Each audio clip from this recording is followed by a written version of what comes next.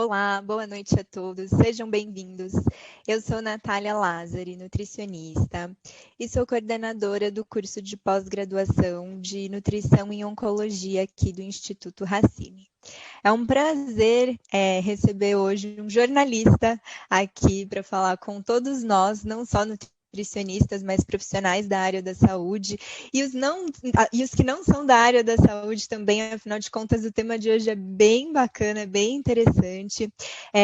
O jornalista é o Moura Leite Neto, ele tem bastante experiência na área de oncologia, e hoje ele vai falar para a gente sobre o impacto da mídia na detecção e prevenção do câncer. É um assunto aí que está bem alta, e a gente vem buscando se atualizar e se informar. Eu acho que é um tema que é válido para todos, em especial a área da saúde. Moura, seja muito bem-vindo.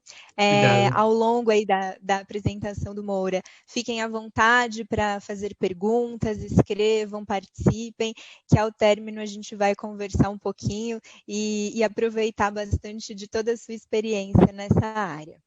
Moura, agora é com você. Obrigado, Natália. Boa noite. Obrigado pelo convite. Obrigado ao Instituto Racine pela oportunidade de poder falar aqui com vocês sobre essa relação entre mídia e o diagnóstico de câncer. Vou aqui projetar para vocês a minha tela.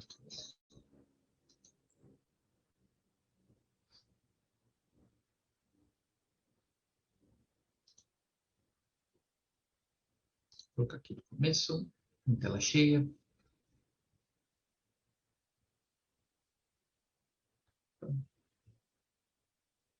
Não está aparecendo. Deixa eu fazer aqui de novo.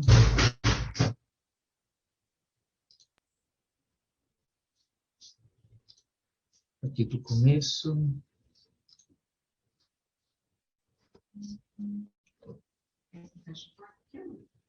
Não tá aparecendo aqui para mim os slides, não sei se está aparecendo para vocês, quando eu coloco na tela cheia.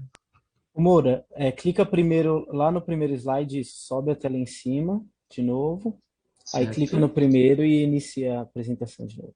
Certo, isso. Agora sim. Muito obrigado. Então, essa palestra é sobre o impacto da mídia na detecção e prevenção do câncer. Eu sou jornalista, graduado pelo Centro Universitário Fiel, pós-graduado lato sensu pela Faculdade Casper Íbero, doutor em ciências pelo AC Camargo Cancer Center, diretor da Censo Consultoria de Comunicação, que é uma agência especializada em saúde, ciência e educação, e sou presidente dessa atual gestão 2021-2023 da Rede Brasileira de Jornalistas e Comunicadores de Ciência, a Rede Consciência. Bom, o câncer está bastante presente na mídia, né? Aqui, inclusive no Brasil, o câncer de mama é a neoplasia, o tipo de câncer mais presente na cobertura da mídia brasileira. Ele também é a mais abordada pela mídia mundial.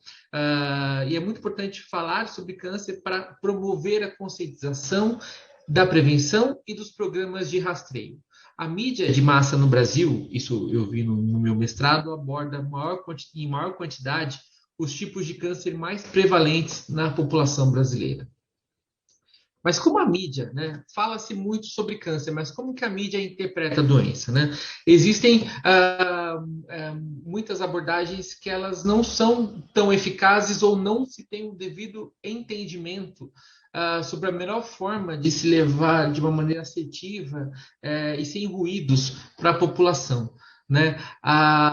Esse aqui foi um estudo que foi uma interpretação que a mídia fez sobre um estudo que falava de mutações que levavam ao desenvolvimento do câncer, e aí os primeiros veículos começaram a dizer que ter ou não o câncer eram questões relacionadas a mutações aleatórias.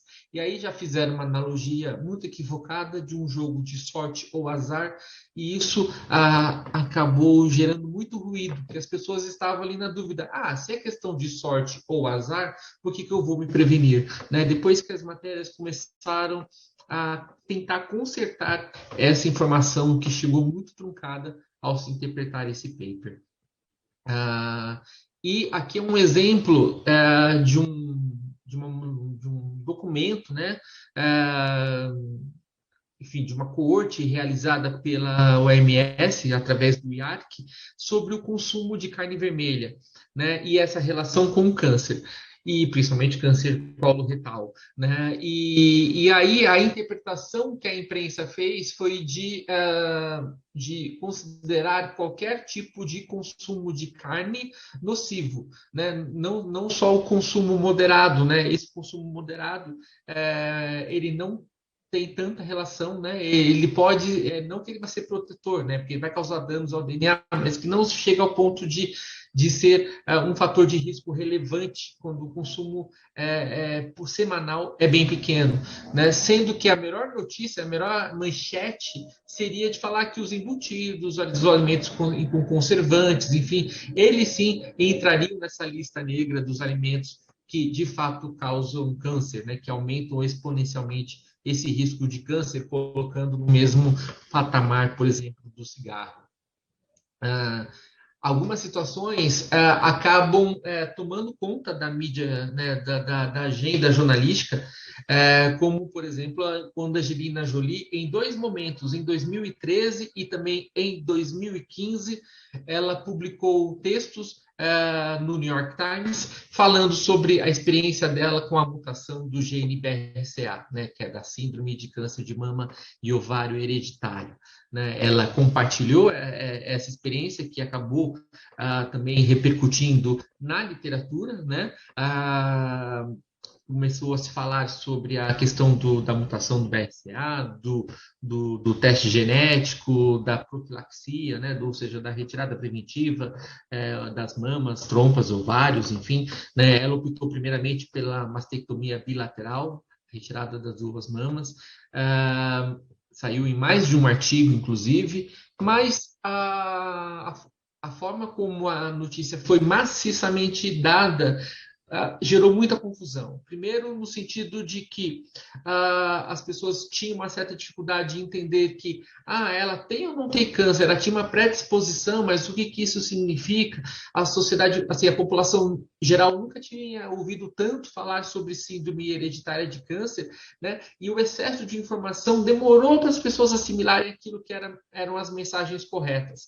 E aí houve uma corrida muito desenfreada de pessoas sem a indicação, como a Angelina tinha, de fazer a cirurgia bilateral, né? E aí esse efeito Angelina saiu nessa reportagem muito emblemática, enfim, muito bem escrita, na Folha de São Paulo. Aqui é o outro artigo que ela publicou 2 anos depois, né? Aí sim, contando novamente essa experiência, mas dessa vez mais com esse enfoque no câncer de ovário. E esta reportagem mostra o quanto que a imprensa, quando ela quer fazer um trabalho cuidadoso, zeloso, de pesquisa, ela consegue fazer uma reportagem numa revista semanal, de circulação do Brasil inteiro, que aborda os mais diversos temas, ou seja, não é uma revista de notícia especializada, mas pode fazer um material de qualidade, né? Trazendo informações claras, como apenas 5 a 10% são tumores hereditários, que a maioria dessas mutações são no gene BRCA1 e 2. Enfim, a matéria, quem quiser acompanhar, o título é O Conhecimento é Poder, publicada em 28 de março de 2015. É uma matéria muito interessante, que tem alguns highlights, né, alguns destaques que essa reportagem trouxe. Assim, a imprensa ela tem que estar atenta a quando noticia e também quando entender que até mesmo a ciência, até mesmo uma revista como a The Lancet, ela pode cair numa situação de pseudociência, né? de um exercício extremamente antiético, como esse trabalho que foi retratado, foi retirado da Lancet, que associava a vacina tríplice viral com autismo, né? E aí, esse artigo foi de 1998, e vocês observam que essa reportagem aqui que eu printei da Veja Saúde, ela é de 2019, ou seja, tantos anos depois, 19, quase 2 décadas depois, né? Na verdade, pouco mais de 2 décadas, né? Depois, houve a necessidade de se fazer uma reportagem para se contrapor uma informação, porque até hoje se alimenta essa fake news relacionada a esse artigo que foi retratado, né? Continuam se utilizando de um artigo que mostrou-se o quanto ele era errado, falso e até antiético, né? Quem quiser apurar melhor essa história, ou quem já conhece sabe o quanto foi perigoso isso que aconteceu. Muitas vezes a mídia também propaga a desinformação, né, com esse anseio de dar notícia, de não apurar exatamente, e depois tenta consertar, né, depois do estrago feito, né, como essas meninas da primeira matéria, né, que relataram que havia uma relação da vacina contra HPV e alguns efeitos colaterais severos, mas que houve uma espécie de enfim, uma doença psicogênica, né? Foi uma crise psicogênica, acabou acontecendo anos depois também no Acre, 3 anos depois aconteceu no Acre, e a imprensa acaba noticiando, né? Sem a devida apuração e muitas vezes não ouvindo os especialistas corretos sobre aquele tema. E a própria imprensa acaba fazendo uma reflexão depois do que acontece, né? Que a desinformação contribuiu para reduzir a cobertura vacinal no Brasil. Vacina contra a gripe, vacina contra HPV, e estamos vendo, né, o tanto de desinformação todos os dias nós temos em relação à vacina contra a Covid-19. Bom, vou falar um pouco de mídia, nutrição e câncer. É muito importante haver cuidado com essa coisa da dieta da cura fácil, né? Que vocês devem perder o sono quando chegam pacientes no consultório e, doutor, mas o chá não sei das quantas, a água alcalina tem poder não sei das quantas, enfim, essa medicina natural, vamos dizer assim, né, mas que não é baseada em evidência científica, enfim, né, entra nesse imaginário popular e as pessoas acabam adotando no seu dia a dia, né, muitas vezes até interferindo, né, tendo uma interação com, de fato, o tratamento que é preconizado para quem já está em tratamento de câncer, por exemplo, né.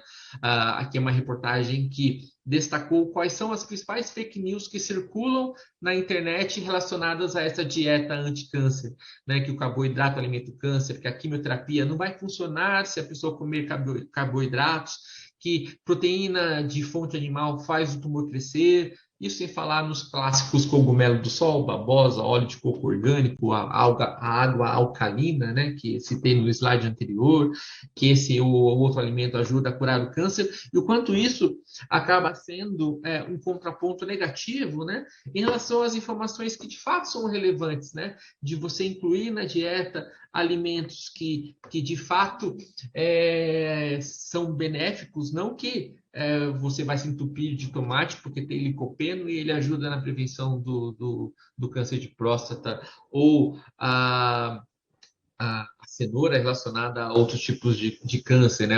Enfim, flavonoides, enfim, né? Que vocês tanto lidam no dia a dia, né? que é de fato uma alimentação que ajuda, mas dentro desse contexto desse consumo saudável, né? O relatório do Vigitel é muito claro, né? Do Ministério da Saúde, do quanto que a população brasileira não consome esses alimentos.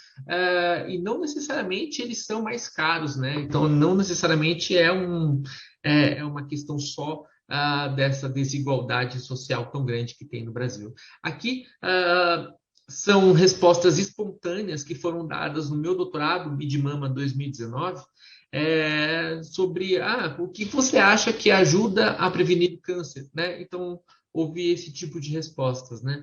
As pessoas realmente acreditam que suco alcalino, suco de uva, suco de limão, ingerir água de coco, comer pepino, tomar chá de graviola, enfim, essas coisas todas de fato ajudariam a prevenir o câncer. Dieta cetogênica, né? Que foi muito propagada, enfim, até pessoas famosas acabaram, né, embarcando nessa questão, enfim. E essa cura repentina para tudo, né? Ela acaba ocupando essa agenda jornalística, né? E muitas vezes isso envolve crenças das pessoas, acaba interferindo nas leis, né? Os juristas acabam se achando médicos ou cientistas e interferindo nessa questão, achando que o acesso a essas coisas sem evidência elas são importantes, né? Que o trabalho da ciência em buscar evidência não é tão importante. Enfim, isso nós vimos, infelizmente, com a fosfoetanolamina, né? A pílula do câncer, né? Que é como se fosse um filme repetido que nós estamos vendo agora na Covid-19, né? Que nós estamos vivenciando aí com a cloroquina, com a hidroxicloroquina, com a ivermectina, enfim, como enfim, né, interferindo inclusive no tratamento de pessoas que precisam de um medicamento para lúpus, por exemplo, né? Ou, ou ao menos essas pessoas assim não vão ter piolho, né? No caso da ivermectina, mas enfim, esse uso indiscriminado, o uso político, né? Um uso extremamente negativo que o próprio fabricante disse que não tem evidência nenhuma contra a Covid, mas essa desinformação continua circulando. E como que, não só nós jornalistas, comunicadores, mas os cientistas, né, vocês nutricionistas e de outras especialidades que estão assistindo esse evento, como que podemos juntos prevenir a desinformação? Falando simples, né? Aqui é o modelo do câncer de mama, né? Tipo, de saber se a doença ela tem uma relação com o receptor hormonal, aí trata com quimioterapia, a paciente responde, mas se não responde porque não tem um receptor, aí parte para a patologia, para a biologia molecular, para aí explicar o que é o HER2, por exemplo, porque aí tem uma terapia-alvo, ou seja, explicar esse contexto que parece tão complexo, né, de medicina de precisão, mas se você começa a falar sobre isso, quebrar esse estigma de que você presume que a pessoa não vai entender, pelo contrário, se você explicar, as pessoas vão entender, sim, por mais complexo que possa parecer. Né? E a mesma coisa quando você fala de pesquisa clínica, né? Se as pessoas preventivamente falassem sobre esse caminho todo, desde a descoberta de uma molécula, de você filtrar essas moléculas do que vai para a biologia molecular ou a patologia, e aí você faz os testes em modelos animais, essa fase pré-clínica, e as 3 fases clínicas, né? As pessoas hoje elas já estão entendendo melhor. Não, mas a pesquisa da vacina, ela está na fase 1, na fase 2, na fase 3, opa, já está na fase 3, que bom, né? A imprensa começa a falar, você vai tirando esse estigma e essa dificuldade de você entender, você vai tornando esse tema mais comum. Bom, já contei pelo esse exemplo do câncer de mama, e assim, nós jornalistas somos movidos a indagações, assim como são os cientistas. Né? No meu mestrado, eu vi, por exemplo, que os principais temas, os eventos sazonais, o efeito celebridade, ele altera a agenda jornalística, né? E que falava-se principalmente sobre câncer de mama na mídia, né? Porque fala sobre os tipos mais comuns, mas principalmente de câncer de mama. Então, no doutorado, eu fiz esse recorte no câncer de mama, comparando se as mulheres diagnosticadas nos estadios 1 e 2 eram ou não, se eram de fato melhor informadas do que as pacientes com diagnóstico de doença mais avançada, né, nos estadios 3 e 4, para ver se de fato a mídia ajuda a ter uma descoberta mais inicial, né, se impacta realmente nesse estadio clínico, numa descoberta mais precoce da doença. E aí, né, avaliamos nível socioeconômico, variáveis, braço SUS e convênio particular, para ver também essa questão socioeconômica, o grau de confiança dessas pessoas em veículos de comunicação, para propor um modelo de informação que de fato promova o diagnóstico precoce do câncer de mama, né? A nossa amostra foi majoritariamente de convênio particular, né? 2/3 eram de convênio particular, a maioria eram pacientes casadas ou em união estável, e até por ter mais pacientes de convênio particular, elas tinham mais da metade um ensino superior e na maioria branca, né? Outro recorte social também. Ao todo, foram 607 pacientes que responderam um questionário imenso, de 40 a 50 minutos, foi o tempo médio de aplicação deste questionário, né? E aí, assim, eu não vou falar sobre todos os dados, mas podemos identificar aqui algumas questões, e eu posso compartilhar o slide para quem tiver mais interesse de ver depois todos os números, mas o quanto que a maior parte das pessoas fica muito tempo em contato com a mídia, que principalmente na internet e televisão e os veículos impressos cada vez com menos alcance, que as pacientes de convênio particular, elas têm mais acesso hoje ao rádio, né? Até porque essa pesquisa ela foi feita no momento pré-pandemia, ou seja, as pessoas ouvem rádio principalmente no deslocamento ao trabalho, no carro, né? Mostrando que hoje é um meio de consumo diferente do que foi em outras décadas, que eram as pessoas com menos poder aquisitivo que mais ouviam rádio, que também no convênio particular, que lê diariamente jornal é o dobro, né, proporcionalmente, que também lê mais revista, também proporcionalmente o dobro, e que consome a internet também, 89,3% contra 73% consome diariamente a internet. E aí os graus de confiança, eles também, né? Quanto mais popular é o veículo ou o tipo de mídia, mais ele é mais acessado pelo SUS, ou, enfim, o grau de confiança, ele também interfere, né? Normalmente, quem tem mais poder aquisitivo, ou mais um nível educacional, de instrução maior, acaba desconfiando mais, né, das informações, e acabam tendo mais critérios ao analisar esses conteúdos, né? Houve uma maior procura das pessoas pelo telejornal, 71,5% dizem que são consumidores de informação na televisão, né? E especificamente em telejornais. Não sabemos se o fato do questionário já ter enfatizado notícias desde o começo, né? Se isso induziu, né? Se isso foi um viés para que as pessoas dissessem que assistem tanto telejornal assim, né? E assim, e você vê que pelo acesso à mídia também ela tem uma grande relação com o nível socioeconômico. O último item, por exemplo, se você tem TV a cabo em casa, 73% disseram que sim, mas proporcionalmente é maior entre quem são particulares e convênio.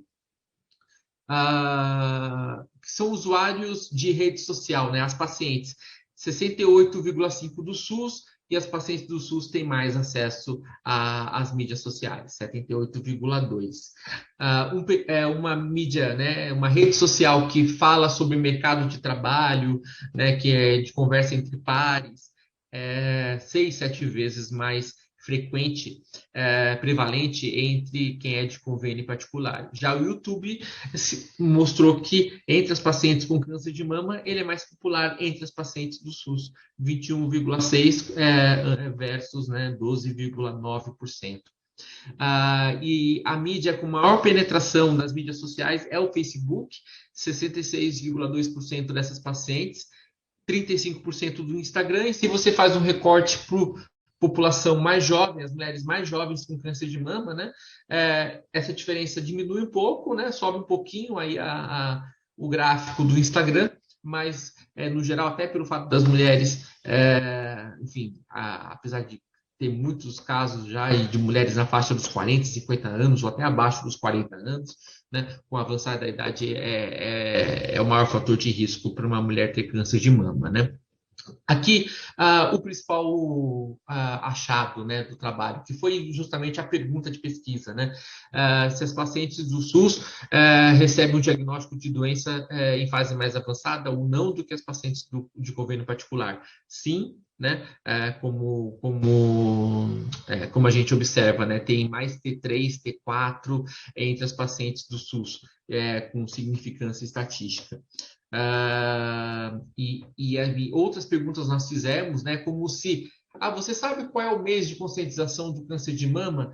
Mais pacientes do SUS não souberam responder que era outubro ou responder o mês errado, né? 3 vezes mais foi essa prevalência. E se conhece alguma celebridade que tem câncer de mama, a maioria, assim, um número maior de mulheres de convênio particular disseram que sim, conhecem alguma pessoa que teve câncer de mama, celebridade. E uma situação muito interessante, né, havia um programa chamado Bem-Estar, que hoje é um quadro que entra em outros programas da Rede Globo, e houve essa simples pergunta, né, se você assiste a programas que dedicam a maior parte da sua programação aos temas de saúde, temas médicos, enfim. E aí a gente viu que entre as pacientes que têm o diagnóstico em T1, T2, elas assistem mais esses programas, né? Também houve essa significância estatística. Bom, basicamente os principais dados aqui é um resumo, né, dos principais resultados. Eu não vou falar de todos eles, mas o principal é que o risco de tumor avançado é 1,6 vezes maior para as pacientes do SUS, né? E tem aqui esse perfil, né? Esse estudo mostra que o menor grau de escolaridade resulta em menor interesse pelos meios de comunicação, que por sua vez reflete em um menor acesso aos serviços de saúde, aumentando assim o risco da paciente ser diagnosticada com um tumor mais avançado. E cada vez mais é importante falar, sim, sobre prevenção, diagnóstico, tratamento, enfim, para todas as populações e chegar principalmente nessa população de menor grau de escolaridade, com menor acesso à informação qualificada, como empoderando as mulheres desde que elas são meninas, né, a ter a esse acesso e essa busca por esse diagnóstico, porque não basta só não ter o acesso à informação. Muitas vezes tem a informação, mas encontra mais gargalos para você fazer o diagnóstico precoce e se prevenir da melhor forma, né? Então, aqui são as principais mensagens que foram dadas no último dia 4 de fevereiro, que foi o World Cancer Day, né? Relacionados à alimentação, à atividade física, não fumar, beber com moderação, a questão da exposição aos raios solares, a importância de se vacinar contra HPV, por exemplo, e sempre conhecer o seu corpo, né? E em qualquer situação você buscar ajuda, né? Aqui é um estudo que mostra o quanto é importante, sim, você fazer o rastreamento na população. Aqui é um estudo da American Cancer Society, e o quanto, sim, se essas medidas não forem adotadas, o quanto vai aumentar a incidência de câncer e assim, é importante você oferecer o acesso ao melhor diagnóstico, ao melhor tratamento, às melhores informações para todas as populações, né? E você poder não ter mais incidência de tipos de câncer que são evitáveis, como o colo do útero, pulmão, simplesmente por não fumar, enfim, né? E aqui, estou finalizando aqui a minha apresentação, tivemos esse impacto muito grande da pandemia do coronavírus, né, a Covid-19. Aqui foi um dado logo de maio do ano passado, né, ainda havia estimativa de que afetaria, né, naquele período, 50 mil brasileiros tinham deixado de fazer o diagnóstico, né, considerando que são 625 mil, segundo o INCA, novos casos previstos para o ano, mas a gente sabe que não conseguiu ter esse diagnóstico. Não que as pessoas não tiveram a doença, mas que não fizeram um diagnóstico. Então, existe um grande risco de uma epidemia de casos avançados de câncer durante a pandemia de Covid-19. Então, é importante que mensagens como desta reportagem, a reportagem aqui tem 3 minutinhos, e com essa reportagem eu vou encerrar a minha fala. Vou aqui exibi-la para vocês. O mundo perde todos os anos quase 10 milhões de pessoas por câncer. A doença é a segunda maior causa de mortes em todo o planeta. Aqui no Brasil, os obstáculos para encontrar diagnósticos rápidos e tratamentos em todas as regiões são um desafio a mais. No Dia Mundial da Luta contra o Câncer, que é hoje, dados de instituições médicas brasileiras mostram que esse enfrentamento ficou ainda mais difícil durante a pandemia de Covid-19. A Manuela nasceu logo no início da pandemia, às vésperas do mundo parar. Ali, naquela bolha do pós-parto, todos os cuidados estavam voltados para a pequena e sair de casa não era uma opção para a família. Só que a médica pediu alguns exames pós-parto para ter certeza de que estaria tudo bem na amamentação. Diante do cenário, a Stephanie só fez esses exames em setembro e descobriu que nem tudo estava bem. E nesses exames de rotina, um deles que foi solicitado foi exatamente o ultrassom de tireoide. E aí, nesse ultrassom, identificaram um nódulo um pouco suspeito e aí resolveram me encaminhar para o endocrinologista para continuar a fazer os demais exames. A Sociedade Brasileira de Patologia estima que pelo menos 200 mil brasileiros não receberam diagnóstico de câncer em 2020. Segundo o Instituto Nacional do Câncer, no primeiro semestre, as mamografias pelo SUS caíram quase pela metade. Outro exemplo é o câncer coloretal, de intestino grosso e reto. Nesse mesmo período, segundo estudo divulgado pela Sociedade Brasileira de Cirurgia Oncológica, a queda nos diagnósticos foi de mais de 46%. Os serviços de radioterapia tiveram queda de mais de 60%, segundo a Sociedade Brasileira de Radioterapia. Isso vai ter um impacto, né? Esse impacto vai se traduzir provavelmente no aumento de câncer e muito certamente o aumento de diagnóstico de câncer avançado nos próximos 12, 24 meses. Né? Isso vai ter um impacto, isso não só no Brasil, mas em todo o mundo. Mas os problemas no Brasil, na velocidade dos diagnósticos, estão longe de serem exclusividade da pandemia. A média de deslocamento para um procedimento de radioterapia é de 76 quilômetros.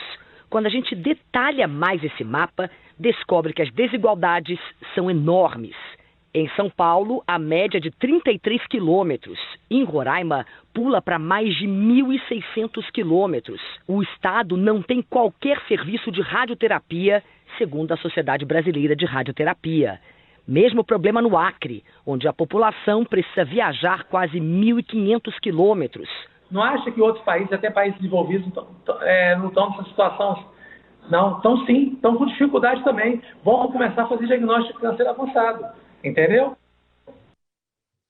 Portanto, é muito importante que todos nós assim, estejamos atentos, né? E falando especialmente da minha condição como jornalista, né? Nós, comunicadores, temos que ter essa consciência de que por mais que possa parecer repetitivo para nós que lidamos com esses temas, nós temos que reforçar sempre, né, mensagens sobre prevenção, diagnóstico precoce, acesso a tratamento, né? Não basta ter a terapia-alvo, não basta ter a radioterapia, as melhores cirurgias, cirurgia robótica, enfim, se o paciente não tem esse acesso, então levar informações sobre como incluir isso na ANS, incluir no SUS, que o paciente tenha o melhor acesso ao tratamento e possa tornar essa doença, o câncer, cada vez mais crônica e menos letal, né? E no contexto da Covid-19, assim, infelizmente, imaginamos que já está havendo estudos mostrando um aumento de 20%, 30% na mortalidade nos próximos anos, mas que a gente possa atuar de uma forma que nós, comunicadores, né, e vocês, enquanto pesquisadores, né, e professores, enfim, de áreas relacionadas à saúde e alguns que têm uma ligação com a oncologia, levem essa informação no dia a dia com seus pacientes. Por mais cansativo, exaustivo, muitas vezes é difícil a gente contrapor tanta fake news, mas o nosso trabalho, meu enquanto jornalista, de vocês no consultório ou numa bancada de pesquisa, deve ser o mesmo esforço no grupo de WhatsApp da família, né? Em qualquer situação, se a gente se depara com a desinformação, a gente tem que levar com empatia, com educação, com zelo, né? Mas levar a informação de qualidade. Essa é a mensagem que eu queria passar para vocês. Muito obrigado.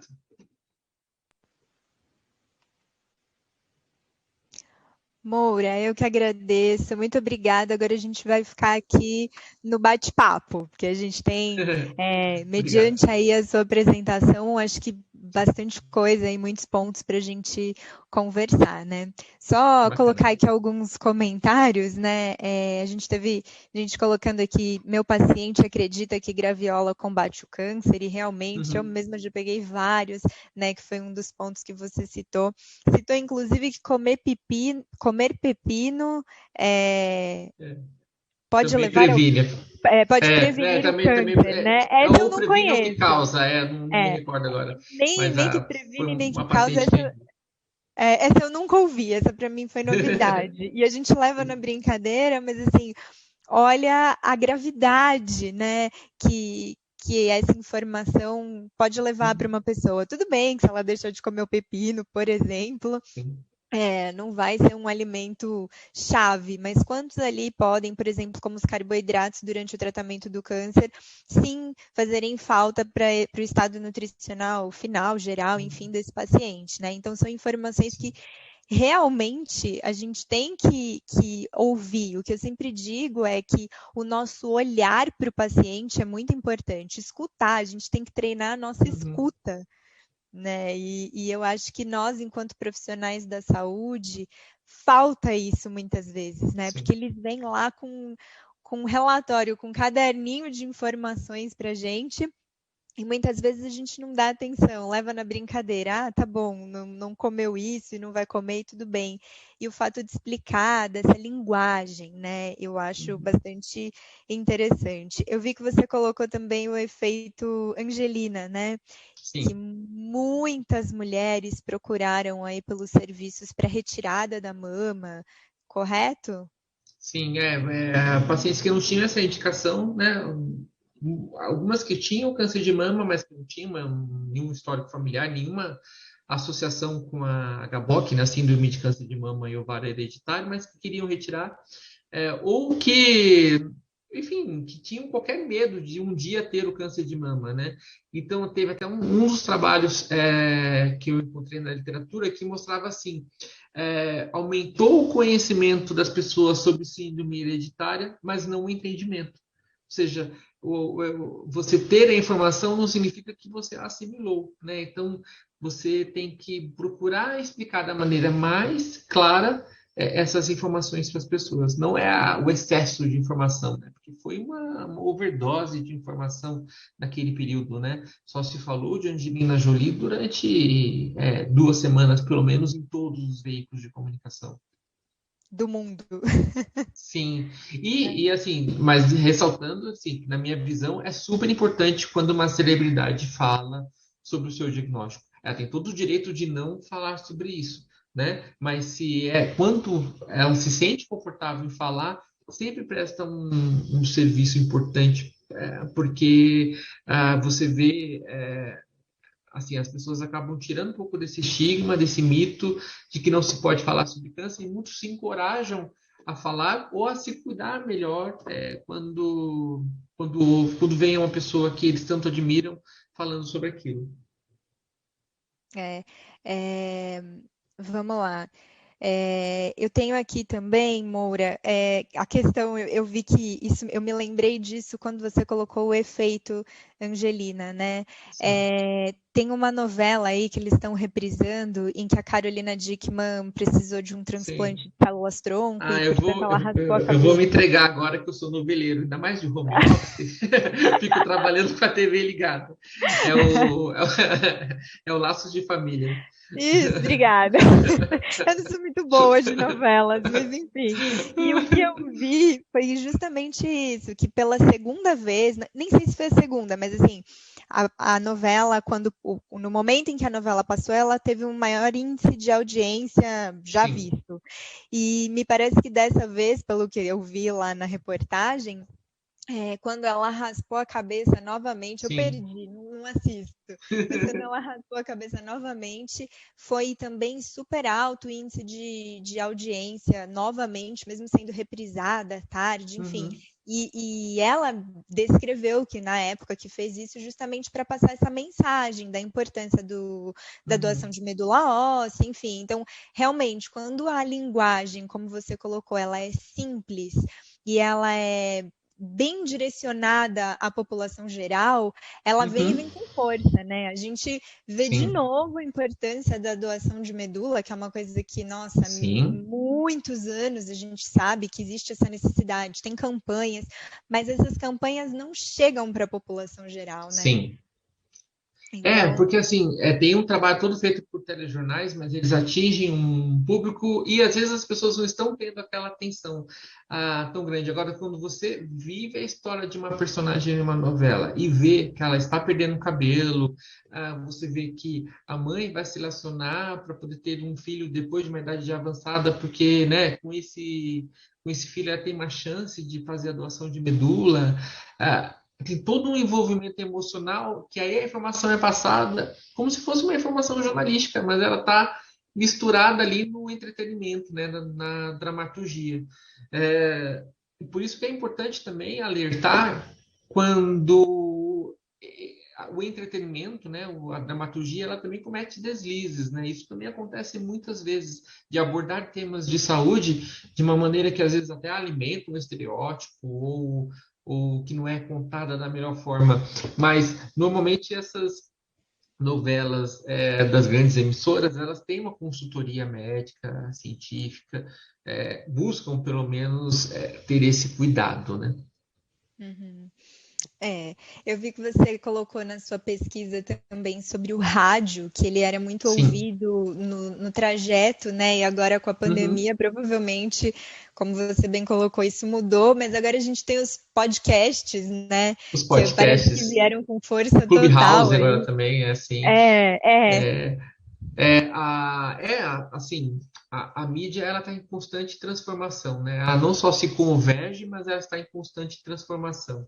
E talvez o cenário mais ruim hoje em relação aos novos públicos seja os veículos impressos, né? Realmente as pessoas leem cada vez mais o material do papel, né? Sendo que, assim, pessoas que têm livros, que leem jornal mesmo, que gostam de ter uma revista na mão, é até considerado saudosista, né? Eu, pelo menos, gosto, né? Até mesmo quando eu estou lendo um artigo científico, às vezes, não é tão bom para o meio ambiente, né? Mas eu prefiro, às vezes, eu acho que eu leio melhor quando eu imprimo. Me sinto um pouco mal de imprimir, mas eu acabo imprimindo. E para gastar menos folha, exatamente. Mas, assim, mas no geral essas mídias vão se convergindo e vão se alterando, né? E nesse período de coleta de dados, né, de aplicação deste questionário, ainda estava começando a ficar mais forte essa questão toda de podcasts. Então, ela não entrou na pesquisa, mas assim, imagina-se, né? Lógico, né? Não tem uma evidência porque eu não fiz essa pesquisa, mas eu posso até buscar na literatura se já está mostrando quem é esse público que está consumindo mais podcasts. Eu imagino que está associado a um acesso maior de internet, não só no desktop, como nos mobiles, né? Nos smartphones, que é a população de maior acesso a essas tecnologias. Sim, com certeza. Outra questão aí que eu queria colocar com a pandemia, essa mídia voltada aí, né, que acompanha mais e divulga mais a área da saúde, ela foi muito... Os holofotes estão voltados para ela, né? E vocês, né, e eu incluo você, que tanto tem contribuído aí com a divulgação da área da saúde na mídia, vocês tiveram que se reinventar, certo? Sim. Houve muitas transformações, né? Muitos veículos, né, muitos jornalistas já não tinham mais aquele contexto de jornalista clássico até os anos 80, 90, né? Dessa era pré-web, né? De você sair para a rua e caçar reportagem, né? Já eram jornalistas que já eram mais jornalistas de redação, né? Sem sair daquele contexto.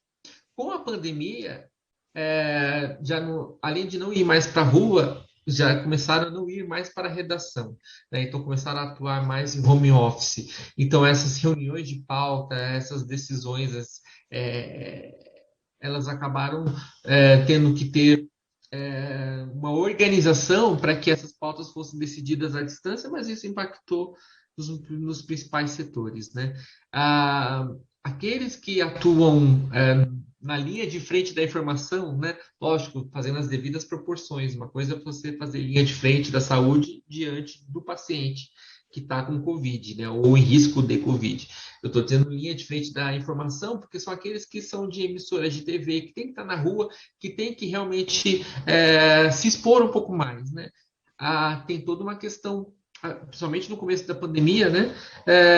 Que não se sabia muito bem como conter esse vírus, dessa preocupação de ser um vetor, né? Então, a saúde mental dos profissionais de comunicação, assim como de muitas áreas, mas dos profissionais de comunicação também, ficou muito afetada, né? E com relação ao noticiário, assim, a Covid acabou ocupando o noticiário não só de saúde, né? A imprensa, por muito tempo, mas ela precisou realmente ser, né? Porque é uma pandemia, né?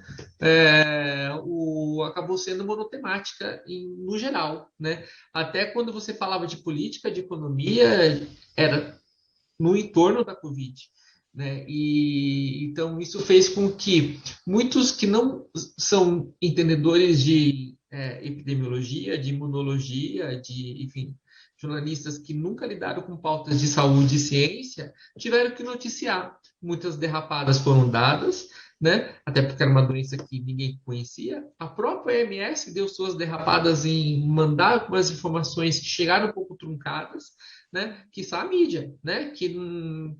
E isso sem falar, né? Em outros contextos, né? De pessoas que estão ali só para praticar o negacionismo, a desinformação, de forma, inclusive, proposital, né?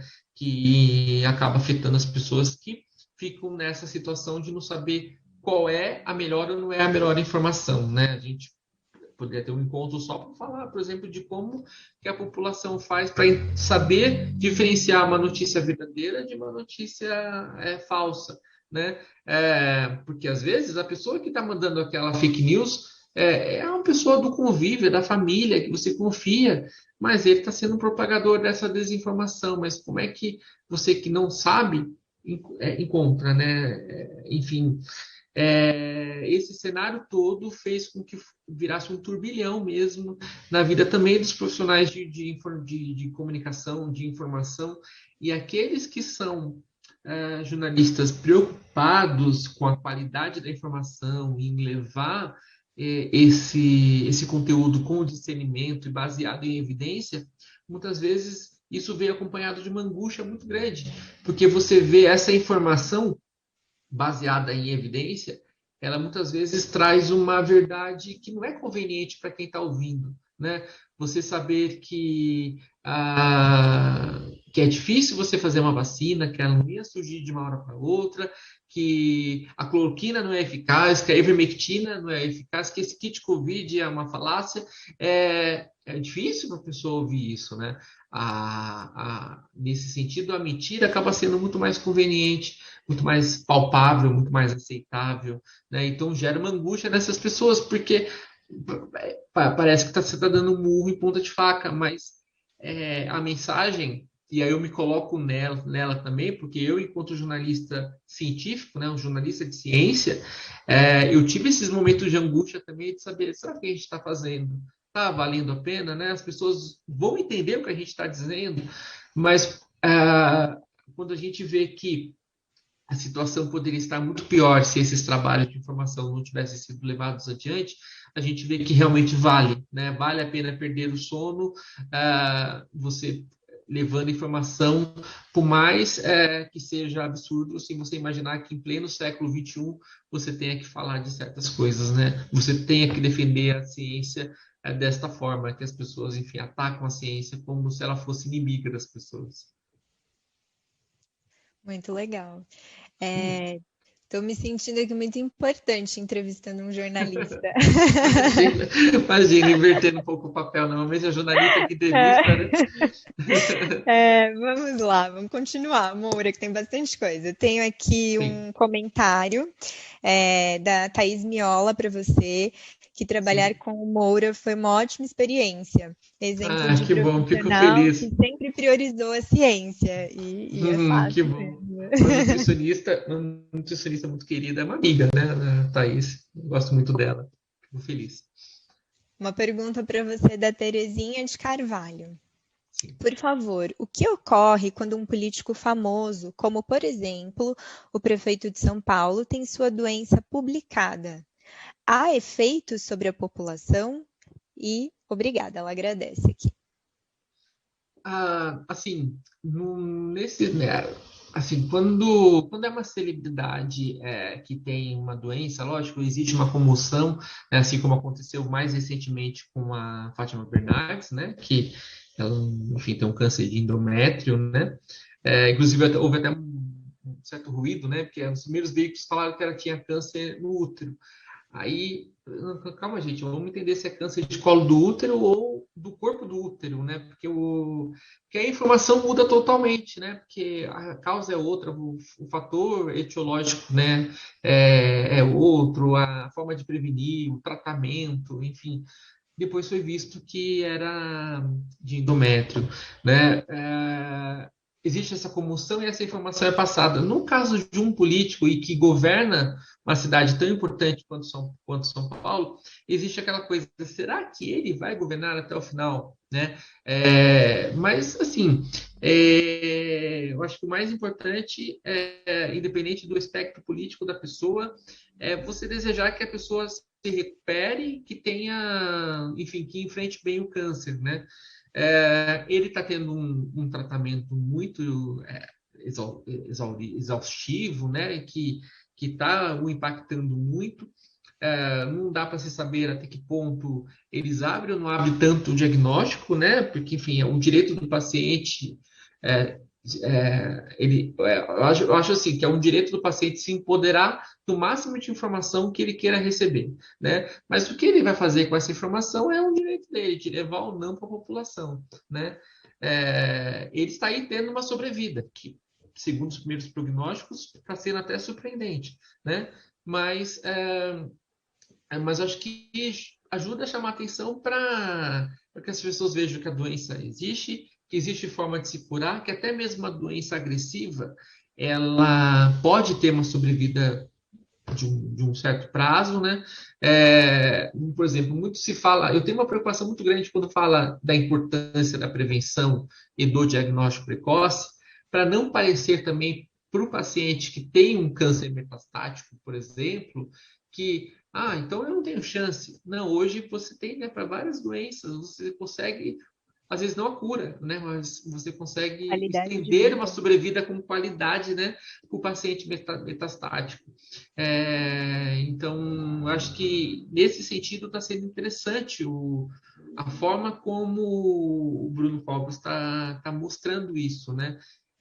Eu tenho minhas queixas políticas de decisões, de algumas coisas dele, mas já que o tema é o enfrentamento do câncer, eu acho que ele está sendo muito transparente no que ele acha que tem que ser, né? Algumas coisas, de repente, ele não precisa entrar em detalhes, mas ele está sendo muito aberto nesse enfrentamento e nessa exposição para a população. Certo. Essas campanhas que a gente vê bastante e são bem divulgadas pela mídia, Outubro Rosa, Novembro Azul, e agora a gente tem aí praticamente uma cor, né, e um diagnóstico aí por mês. Qual que é o impacto disso? O que você conhece a respeito disso? O mais emblemático é o câncer de mama mesmo, né? Até porque foi o primeiro, né, que começou a ser liderado lá nos Estados Unidos pela Fundação Susan Komen. E assim, hoje, como você mesmo falou, né, a gente vai entrar em março, por exemplo, agora que é o de câncer coloretal, tem o mês do pulmão, né? Isso sem falar as datas que são importantes também para você falar por exemplo, do tabaco, né? O Dia Mundial Sem Tabaco, 31 de maio, ou em agosto, também acho que é 29 de agosto, que também é o Dia Nacional de Combate ao Fumo.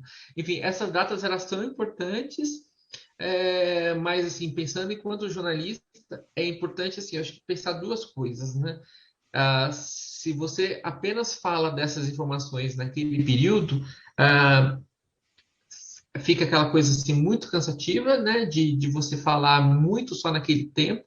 A imprensa, pensando no meu trabalho como jornalista, né? A imprensa fica um pouco cansada de só basear o noticiário sobre câncer nessas datas, né? E por isso que assim, eu sou um defensor de se produzir pesquisa, de se produzir ciência, e traduzir essa informação. Não achar que o seu estudo, por ele parecer complexo, ele não possa ser...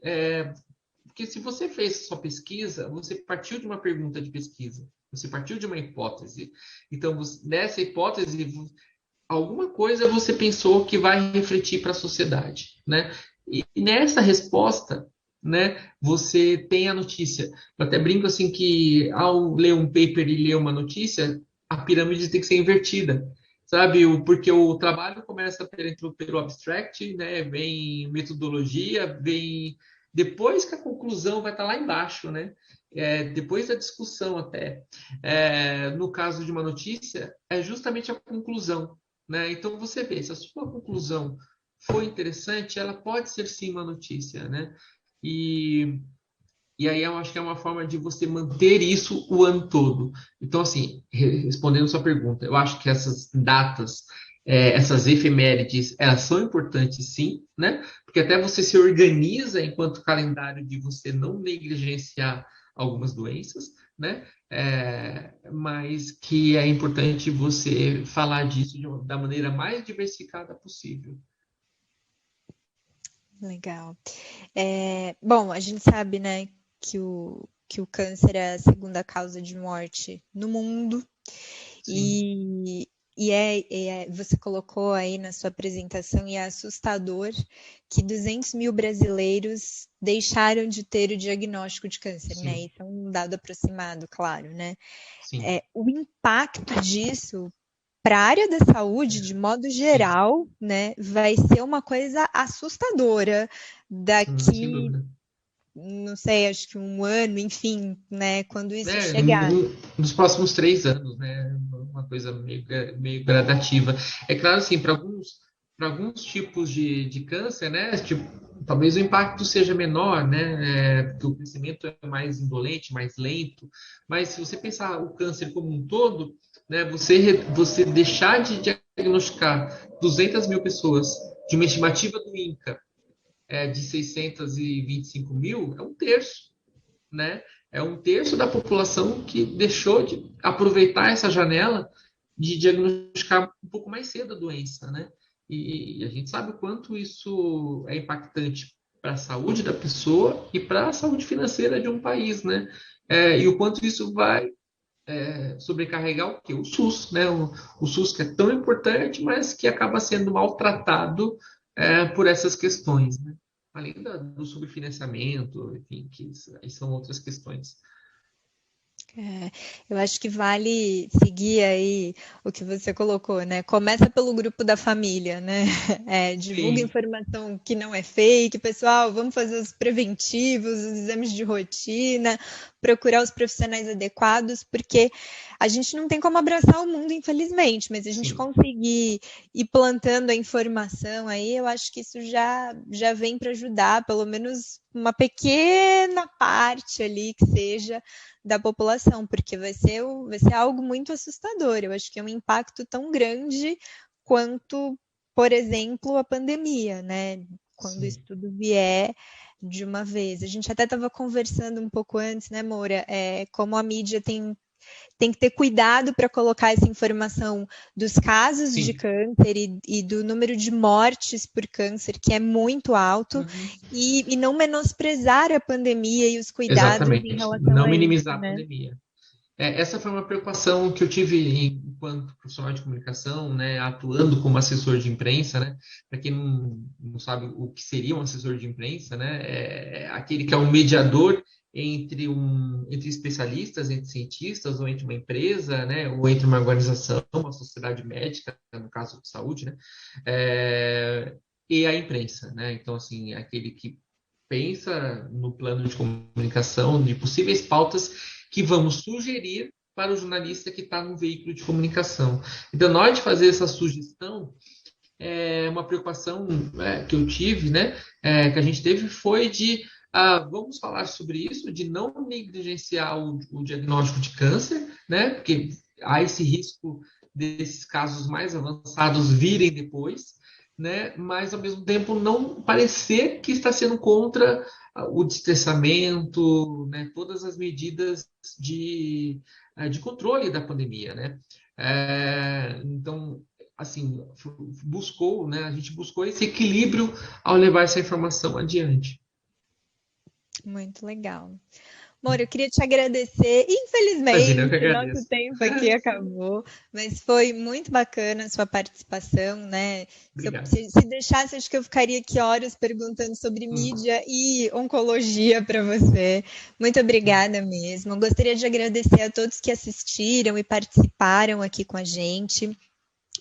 Essa é uma das palestras que a gente colocou aqui pelo curso de pós-graduação de nutrição em oncologia. Tem todo o programa do curso no site do Instituto Racine. A gente tem turma em andamento, turmas novas aí para surgir, então acho que vale a pena conhecer o programa, sempre se manter atualizado, porque é isso, né? A gente precisa compreender um pouquinho de tudo para ser um profissional completo para a área da saúde. Isso vem mudando muito rápido. Então, eu te agradeço a participação de todos. Uma boa noite e até a próxima. Obrigado, Natália. Obrigado ao Instituto Racine. Boa noite.